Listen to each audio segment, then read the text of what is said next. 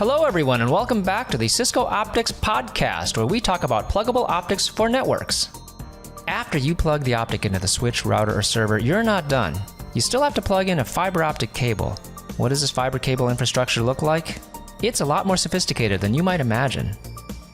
This is episode 13, and we continue a conversation with Brian Kelly of Panduit. I've worked with Brian for a number of years because Cisco and Panduit have basically the same customers, even though we don't make the same products. Cisco is a network gear provider, and Panduit is a fiber cable infrastructure provider. You need both the hardware and the fiber cable to complete your network. In this fifth part of our six-part conversation, we learn about the impact of thermals and power in data centers. Brian L. Kelly joined Panduit in 2012. In 2014, he joined corporate R&D as a solution architect. Prior to joining Panduit, he worked for 14 years in the telecommunications and data center co-location industries. Currently, Brian manages Panduit's network architecture team, which develops reference architecture content for the data center and enterprise businesses. In addition, he manages the Panduit Labs network, which provides secure connectivity and resources to their labs in Tinley Park, Illinois. Brian has written well over 20 technical papers that have been published on the Panduit website as well as partner websites. Brian owns a bachelor's degree from Illinois State University and a master's degree in business administration from Keller Graduate School of Management. And I'm glad he did all that, so we don't have to. If you haven't already, please subscribe to this podcast. It may show up as a Cisco Podcast Network, which has other great podcast series as well. Check out our blog at blogs.cisco.com and search on hashtag Cisco Optics Blog, all one word, no hyphen, and no spaces. You'll find podcast notes and links there too. For our YouTube playlist, go to youtube.com and search on Cisco Optics. And for product information, go to cisco.com/go/optics. And now, join me as I talk with Brian Kelly.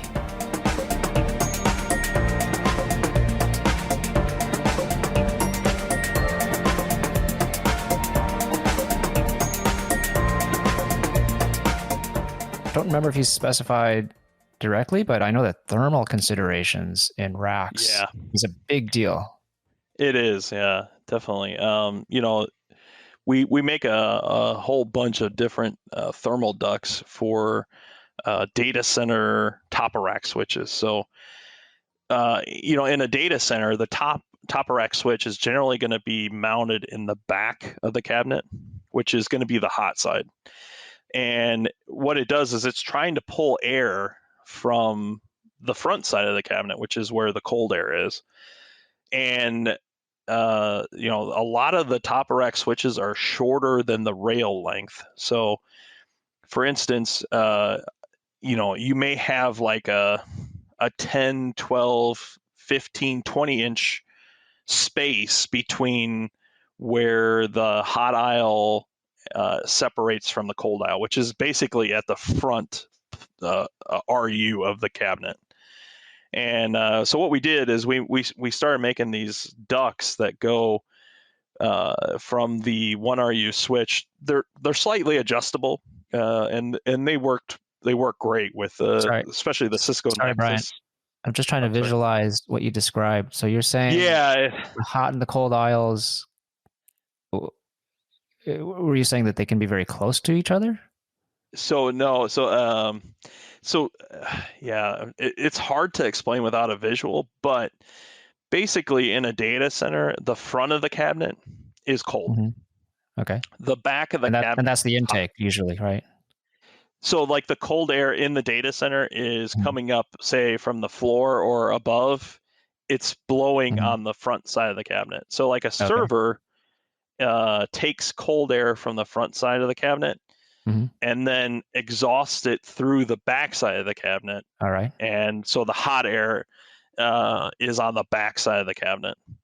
Okay. In a server cabinet, your connectivity, so you're connecting from the switch to the server, is going to be done on the back side of the cabinet. So the switch is mounted in the back of the cabinet. Now, a lot of the older switches were actually really long, and they went all the way back to the front rail. So they were able to pull cold air through the switch to cool off the switch. But a lot of the newer designs have actually been much shorter. So they're not reaching the cold air that's on the front side of the cabinet. So we make these like extender ducts, and they Oh, extend okay, I out, see now. yeah, from the Okay, back of the switch to the front of the cabinet, so that cold air is able to reach the backside of the switch without okay, getting kind of muddled with hot air that may be coming in from the backside of the cabinet. It I actually see. makes a huge difference in the performance of the switches, because depending on your switch location, which is usually at the top of the rack, right? Mhm. The heat rises, and it, depending on how densely populated your server cabinet is, the heat could be pretty intense, and you're actually pulling in a lot of hot air. Whereas if you have this duct that goes to the front of the cabinet, it's going to pull in, the 70 or Well, or 67 degree, air that's on that side. that hasn't mixed with the other hotter air yet. Right. Yeah, and it hasn't mixed at all, and it won't Okay, mix because the ducts are designed to make sure that enough air gets to the switch itself. cool. We had to do this with a lot of the older catalyst switches and some of the older Nexus switches, because they were side-to-side breathers actually.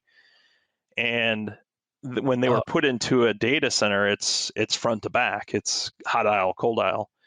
And so we made these special ducts that would pull from RU above the switch and RU below the switch, and then funnel it to the side, oh and wow. then it would go across the switch over to the other side and exhaust out the other side to the back side of the cabinet. Uh, but yeah, there was a lot of work that had to go into those, because if you don't have enough RU above and below the cabinet, and some of them only need above, but if you don't have enough space, enough real estate there, you'll actually starve out the switch and actually kill it faster than you would with just hot air. So Plus, you we need had to do space a on lot the of testing. sides, right? Would you need space on the sides to make room for this duct? Yeah, you absolutely have to have. Most of these are designed for an 800 millimeter wide cabinet, so there's different sizes that you can have.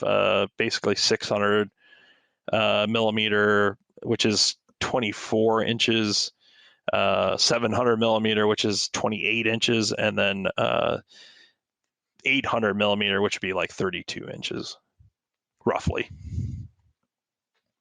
A Okay. lot of data centers like to use 24-inch cabinets, because the tiles in the data center are 2 feet wide or 24 inches.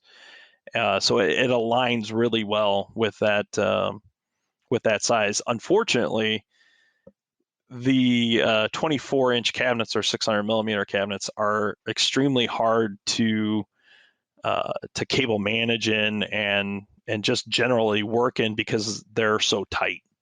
The rails basically run right to the edge of the cabinet itself, so there's really no extra space to cable manage or anything. So for a switch cabinet, like if you're using a big chassis switch and you put it in a 600 millimeter cabinet, it's not going to play very well. So that's why. Sorry, go ahead. What's the relation to the tile, though? I mean, I can see that it would look nicer, but is there any functional reason why they want to align with the tile spacing? I think it's partly aligning with the tile, but also partly space utilization. So if you're using a tile and a quarter for each one, you can get less cabinets in your data center. And it does work out nicely, because generally the floor is kind of set out to those tiles, and if you're using, say, you have 24 tiles across, you can do 24 cabinets across. And if you were using a 700 millimeter, you might only be able to get 20. And if you're using 800 millimeter cabinets, you might only be able to get 16. So it's kind of a numbers game, but also an alignment deal as well. Okay. What about power? So, what are some of the challenges or innovations you see these days with respect to power? Yeah, I mean, power is definitely monitoring of the PDUs is a huge deal now. People want to see the the power usage that their cabinet is using. The servers, the switches, anything else that you may be powering within that cabinet. So we have a full line of PDUs. Our G5 PDUs have a full assortment of different types of monitoring and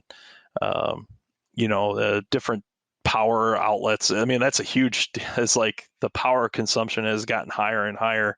So the voltages and the amps have gotten, much more. So we have a full array of, different types of PDUs to basically, be able to do any type of power connection that you might need within a data center.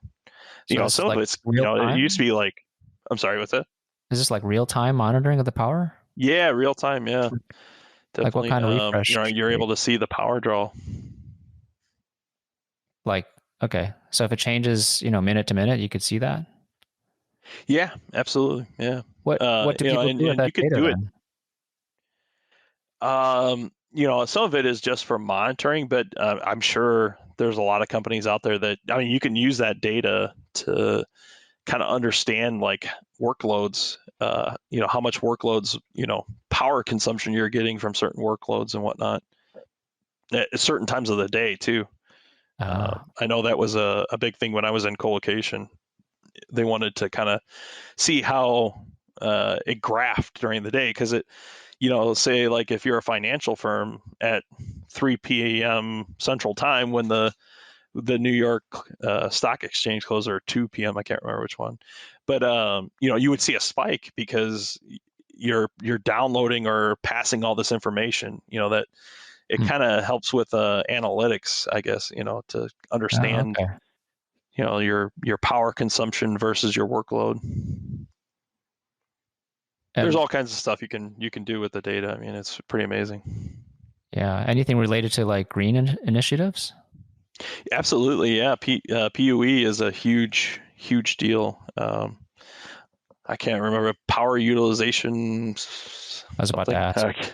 Yeah, I totally forgot what the E stands for, but basically it's how much overhead you have in your data center that you're, so like your cooling and the lights being on in the data center, that all affects your PUE. So you want to make sure that you have as little overhead as possible in your data center, and like 1 is, I think, perfect. And I don't know that that's completely achievable, but as low in the 1s as possible is actually the best. I have seen some people that were advertising 0.97 or something like that, but I think that was because they were selling back electricity or something somehow to the grid because they had solar panels or something. I don't know. That seems a little shady to me, because there seems like there would be a electrical cost somewhere in there, but yeah. But yeah, that's kind of the PDUs can really help kind of understand where your power consumption is coming from. I see. That's interesting. So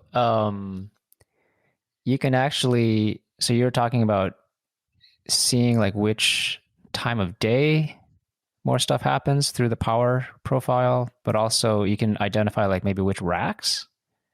Yeah, absolutely. Yeah. So it may be like the workload in this rack is really taxing the power at a certain time of day, and you may change, you may move some stuff, VMware or whatever, virtual machine, you might move it to a different, server bank in a different cabinet at a certain time of day. So you can basically optimize your resources. Absolutely. Yeah. That's the key, is to really, optimize as much as you can, and while the infrastructure may not be, moving the workload, it's providing you the visibility to be able to do that. It's enabling you to do that, cool. Basically. Yeah, it's pretty neat stuff. Yeah. All right. So I wanted to give you a chance to talk about new stuff that you're doing at Panduit also. Yeah. Absolutely. So what's been going on? What's the latest stuff that has you excited?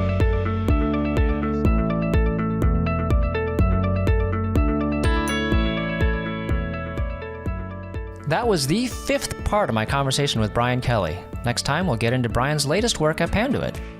Subscribe to this podcast, and we'd really appreciate you helping get the word out. Share this with friends and colleagues that come to mind when you think of network technology and optics. And leave a review on Apple Podcast, formerly known as iTunes. We're also on all the other major podcast platforms. You may see the Cisco Podcast Network come up when you search for Cisco Optics Podcast. That's where we live, and you can find other great podcasts there too. Also, check out the Cisco Optics blogs at blogs.cisco.com and search on hashtag Cisco Optics blog, no spaces and no hyphens. We also have educational videos on YouTube. Just go to youtube.com and search on Cisco Optics. Thank you for listening. This is Pat Chow, Product Manager at Cisco Optics. The next episode is part 6, the final part of my conversation with Brian Kelly. Until next time.